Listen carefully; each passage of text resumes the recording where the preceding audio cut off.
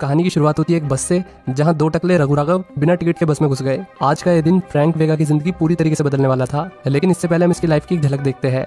बचपन में फ्रैंक वेगा अपने माँ बाप के साथ गाँव में रहता था। उस दौर में वो बिल्कुल आम जिंदगी जीता था, लेकिन कभी कभी लगता है कि आम जिंदगी ही सबसे खास होती है। ऐसा ही कुछ फ्रैंक का भी सोचना था, और जहाँ सोच वहीं शौचालय। इसलिए थोड़ा बड़ा हुआ तो अपनी गर्लफ्रेंड के साथ सुबह सुबह खेत में बैठने लगा। ये अपनी गर्लफ्रेंड से बहुत प्यार करता था। इसको तो पता ही नहीं था कि इतनी खूबसूरत लड़की इससे कैसे सेट हो गई, क्योंकि ये तो छपरी भी नहीं था और ना ही MC स्टैन को फॉलो करता था। फिर भी वो पता नहीं इसके प्यार में कैसे गिर गई। तो लड़की चाहती थी कि आर्मी में ना जाए, वो इससे दूर रहना नहीं चाहती थी, पर बेरोजगारी के चलते इसे मजबूरी में आर्मी ज्वाइन करनी पड़ी। फिर इसने 1967 में वियतनाम वॉर लड़ी, जो कि अमेरिका ने बेमतलब में स्टार्ट की थी। उस जंग में बहुत सारे लोग मारे गए। अमेरिका को लगा था कि वो सुपर पावर है तो आसानी से वियतनाम को हरा देगा, लेकिन हराना तो दूर बल्कि अमेरिका वहां से हार के वापस आया। किस्मत से फ्रैंक वेगा भी सर्वाइव कर गया और फिर वो बाबाजी बनकर अपनी गर्लफ्रेंड के पास पहुंचा। तभी उसकी बंदी की दो क्यूट क्यूट बच्चियां बाहर आ गई और मामा जी को नमस्ते करने लगी। बुरा लगता है भाई, आप लोग भी जानते हो। में आ गया, लेकिन उसकी जुल्फों को देखकर उसे पुलिस अकेडमी से भगा दिया गया। वो अलग अलग इंटरव्यू देने गया, लेकिन अगेन उसकी जुल्फों को देखकर उसे रिजेक्ट कर दिया गया। एक इंटरव्यू में तो उससे कहा भी गया कि अगर आप अपनी जुल्फें काट ले तो शायद हम आपको, लेकिन फ्रैंक ने साफ कह दिया कि आप अपनी नौकरी रख लो और मैं अपनी जुल्फें रख लेता हूँ। फिर कमाई का कोई साधन नहीं मिला तो उसने मोमोज बेचना शुरू कर दिया, और ऐसे ही मोमोज बेचते हुए उसकी पूरी जिंदगी निकल गई। उसे पता भी नहीं चला कि कब जिंदगी उसके हाथों के नीचे से निकल गई। शुक्र है हाथों के नीचे से निकली, ना कि टांगों के नीचे से। खैर, अब इसकी जिंदगी में दारू के अलावा कोई नहीं था। तो वापस प्रेजेंट में आते हैं, जहां रघु राघव बस में बदमाशी दिखा रहे थे। वे एक बुड्ढे को परेशान करने लगे, लेकिन बुड्ढे को किसी बात का डर नहीं था। उसने रघु में चाटा धर दिया। इसके बाद ये बुड्ढे पे हाथ छोड़ने वाले थे कि तभी फ्रैंक ने इसका हाथ पकड़ लिया और उन्हें पीछे बैठने के लिए कहा। ये बात इनकी ईगो पे लग गई। अब ये फ्रैंक से ही उलझने लगे, पर उन्हें क्या पता था कि फ्रैंक ने 6 साल वियतनाम में गुजारे हैं। उसने मात्र 15 सेकंड में दोनों की छुट्टी कर दी और बस में बैठे लोगों ने उसकी वीडियो बना ली। वो वीडियो सोशल मीडिया पर आग की तरह फैल गई, जिससे फ्रैंक वेगा फेमस हो गया। पहले उसे कोई नहीं पूछता था और अब सब लोग उसके फैन बन गए। लोग उसे बैड एस कहकर पुकारने लगे। बैड एस बोले तो बावली गेंद, गेंद इट्स गेंद बॉल। वो इतना फेमस हो गया कि खुद पुलिस वाले उसे घर छोड़ने लगे। और तो और लोगों ने उसके हाथ में अपने संतरे भी रख दिए। इसका एक इंटरव्यू भी हुआ जहां ये अपनी मॉम के साथ बैठा हुआ था। इसकी मॉम तो कैमरे पे आके ऐसे खुश हो रही थी जैसे हमारी मॉम होती है, लेकिन अनफॉर्चुनेटली कुछ टाइम बाद इसकी मॉम चल बसी और फिर ये अपने दोस्त निक के साथ रहने लगा। ये दोनों दबा के पीते थे और अपनी जिंदगी को खुल के जीते थे। गुरु रंधावा होने के भी अपने फायदे हैं। एक दिन इसका दोस्त निक इमोशनल हो गया। उसके पास रहने का कोई ठिकाना नहीं था, फिर भी फ्रैंक ने उसे अपने साथ रखा और तो और उसे फ्री की दारू भी पिलाई। फ्रैंक का उस पर एहसान था, इसलिए उसने फ्रैंक को एक लिफाफा दिया जिसमें एक पेन ड्राइव थी। फ्रैंक को बिल्कुल आइडिया नहीं था कि पेन ड्राइव होती क्या है और उसे कैसे इस्तेमाल करते हैं ये भी उसे नहीं पता था, लेकिन निक ने कहा कि तुम एक दिन इसे इस्तेमाल करना सीख जाओगे। असल में उस ड्राइव के अंदर बहुत ही जरूरी डॉक्यूमेंट्स थे जो इसके दोस्त निक ने किसी गैंग से चुराए थे। इसके बाद रात में निक बाहर घूमने लगा, तभी टेरेंस और सेबेस्टियन नाम के गुंडों ने इस पर हमला कर दिया और हमले में निक मारा गया। अब फ्रैंक के पास परिवार के नाम पर सिर्फ एक कुत्ता बचा था।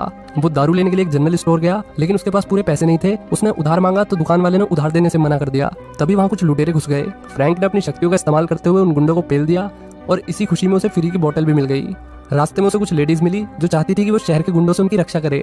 फ्रैंक कहने को तो हुआ कि तुम्हारे बाप का नौकर हूं क्या मैं, लेकिन उसने कहा नहीं। वो एक अच्छा इंसान था और वो किसी की भी फीलिंग्स को हर्ट करने से बचता था, लेकिन उसकी फीलिंग्स का क्या, उसकी जो शुरू से लोग बजा के जा रहे हैं उसका क्या। अच्छे इंसानों के साथ यहाँ ऐसा ही होता है। वो अपने दोस्त निक के लिए इंसाफ चाहता था, लेकिन पुलिस उसके केस पर काम ही नहीं कर रही थी। शायद इसलिए क्योंकि निक ना तो अमीर था और तो और वो काला भी था। ये तो हकीकत है अमेरिका की। पुलिस सिस्टम मेनली गोरे लोगों के लिए काम करता है। फ्रैंक ने पुलिस स्टेशन में जाके पूछी भी कि मेरे दोस्त के केस में क्या प्रोग्रेस है, लेकिन जवाब वही था कि हम कार्रवाई कर रहे हैं। और देखो यहाँ कैसी कार्रवाई हो रही है। ये देखकर फ्रैंक को लगा कि अब उसे कानून अपने हाथों में लेना ही पड़ेगा। फिर वो उनकी तलाश में लग गया जिन्होंने निक पर गोली चलाई थी, और उसे क्राइम लोकेशन पर एक लॉकेट भी मिला, जिसे लेकर वो भंगार वाले के पास पहुंच गया। भंगार वाले से उसे पता चला कि ये लॉकेट पास में रहने वाली एक लेडी का है, तो वो उस पास में रहने वाली लेडी के हस्बैंड से मिलने पहुंच गया, लेकिन उसका हस्बैंड घर पे था ही नहीं। और तो और उस लेडी ने तो अपने हस्बैंड को खूब गाली सुनाई क्योंकि वो हफ्तों से घर भी नहीं आया था। बाय द वे इसके हस्बैंड का नाम है टेरेंस और वो पास के बास्केटबॉल कोर्ट में खेलता रहता है। तो फ्रैंक फिर बास्केटबॉल कोर्ट में पहुंच गया जहां कई सारे भुने हुए भुट्टे बास्केटबॉल खेल रहे थे। फ्रैंक ने उनसे टेरेंस के बारे में पूछा तो वे लोग फ्रैंक को गाली बकने लगे। फिर एक लंबू उसकी तरफ बढ़ा और ये देखो। फिर फ्रैंक ने 2-4 बंदों को और पेल दिया, जिसके बाद इसे टेरेंस के बारे में एक बढ़िया लीड मिली। अब उसे रोनाल्डो नाम के बंदे को ढूंढना था, जिसे मोस्ट प्रोबेबली पता होगा कि टेरेंस इस वक्त कहाँ पे छुपा है। वो रोनाल्डो के घर पहुंच गया, लेकिन वहाँ पे रोनाल्डो नहीं बल्कि उसका रूममेट मिला। उसने इसे बताया कि रोनाल्डो वेलवेट क्लब में रोज सुबह आता है, तो अब रोनाल्डो से मिलने के लिए फ्रैंक को कल तक का इंतजार करना पड़ेगा। दूसरी तरफ गैंगस्टर बॉस पैंथर को दिखाते हैं, जो शहर के एक बड़े मंत्री के साथ बैठा हुआ था। वे दोनों पेन ड्राइव को लेकर बहुत परेशान थे। अगर इन्हें वो पेन ड्राइव नहीं मिली तो इनका करोड़ों का नुकसान हो जाएगा। इधर फ्रैंक को अपनी पड़ोसन पसंद आ गई। वो अपने पति से दुखी थी, तो फ्रैंक उसकी मदद करने पहुंच गया। उनके बीच अच्छी बातचीत हुई और फिर अगले दिन फ्रैंक रोनाल्डो की तलाश में वेलवेट क्लब में आ गया। वहां उसने रोनाल्डो के बारे में पूछा तो लोग बाग उस पर चढ़ने लगे। फ्रैंक लड़ना नहीं चाहता था, लेकिन बंदों ने उसे मजबूर कर दिया। फिर फाइनली ठुकाई होने के बाद उन्होंने रोनाल्डो के बारे में बता दिया, जो कि ऊपर वाले फ्लोर पे था। तो रोनाल्डो यहाँ बंदियों के साथ फुटबॉल खेल रहा था, लेकिन उसका गेम जल्दी ओवर हो गया। अब फाइनली उसने टेरेंस का पता निकलवाया। टेरेंस किसी मसाज वाली लड़की को डेट कर रहा था, तो अब इसे उस मसाज वाली लड़की को ढूंढना था। जैसे ये घर आया, वहाँ बिग शो के साइज के बंदे ने इसे पकड़ लिया।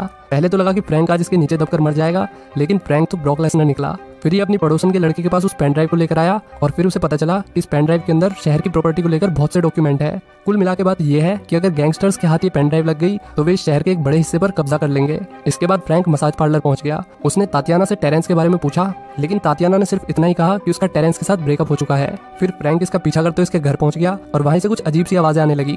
टेरेंस तो यहीं पर छुपा हुआ था। फ्रैंक ने उसे कोपचे में ले लिया और फिर उससे पूछा कि उसने निक को क्यों मारा। उसने कुछ भी बताने से मना कर दिया, जिसके बाद फ्रैंक ने उसका हाथ डिस्पोजल मशीन में डाल दिया। मुझे लगा था कि फ्रैंक पहले से डराएगा, लेकिन उसने तो पहले इसके हाथ का कचूमर निकाला। तब जाकर इसने बताया कि निक पर गोली सेबेस्टियन ने चलाई थी और उसने सेबेस्टियन की लोकेशन भी बता दी। अब फ्रैंक वापस घर जा रहा था, तभी उसने पड़ोस में लड़ाई होते हुए देखी। उसने पड़ोसन के पति को धमका के भगा दिया और फिर पड़ोसन उसके गले लग गई। फ्रैंक को लगभग 30 साल बाद फिर से प्यार हो गया था। अगले दिन वो सूट बूट पहन के इसके साथ लंच करने आ गया। उनके बीच अच्छी अच्छी बातें हो रही थी और फिर बीच में इसका बेटा आ गया और तो और वो इनके बीच में आकर बैठ गया। अब फ्रैंक अपना बदला लेने के लिए तैयार था। वो गैंगस्टर बॉस पैंथर के अड्डे पर पहुंच गया। वहां उसे पैंथर मिला, जिसे हम ऑफिशियली ब्लैक पैंथर कह सकते हैं। तो उसने पैंथर पे भी अपना जोर दिखाने की कोशिश करी, लेकिन बात नहीं बनी। अब पैंथर ने इसे कुर्सी से बांध दिया और इसे सेम वैसे ही टॉर्चर किया जैसे इसे वियतनाम वॉर के समय किया गया था। हालांकि फ्रैंक का आज भी एक ही जवाब था कि बस इतना ही दम है। उसने पैंथर के पूछने पर कि पेन ड्राइव कहाँ है, एक ही जवाब दिया कि पेन ड्राइव तेरे पिछवाड़े में है। ये सुनकर पैंथर का दिमाग खराब हो गया और वो बिजली का झटका हाई वोल्टेज पे सेट करके इसकी गर्लफ्रेंड और उसके बेटे को मारने चला गया। लेकिन फ्रैंक ने पहले अपनी रस्सी खोल ली थी और उसने लाइटर की मदद से यहाँ पर आग लगा दी और इसके बाद वो पैंथर का पीछा करने लगा। अब पैंथर ने एक बस हाईजैक कर ली और फिर फ्रैंक ने भी एक बस उधार मांग ली और ड्राइवर ने दे भी दी, क्योंकि वो फ्रैंक का फैन था। लेकिन इस फैन फॉलोइंग के चक्कर में उसकी बस का इतना बुरा हाल हुआ कि उसने कभी सोची ना होगी। फिर पैंथर इसके घर की तरफ भागने लगा और फ्रैंक पैंथर की तरफ। तभी बीच में से रघु राघव मिल गए, जिनकी जिंदगी वीडियो वायरल होने के बाद झंड हो गई थी। वे किसी भी कीमत पर फ्रैंक को मारना चाहते थे, लेकिन अगेन फिर एक बार इनकी जिंदगी झंड हो गई।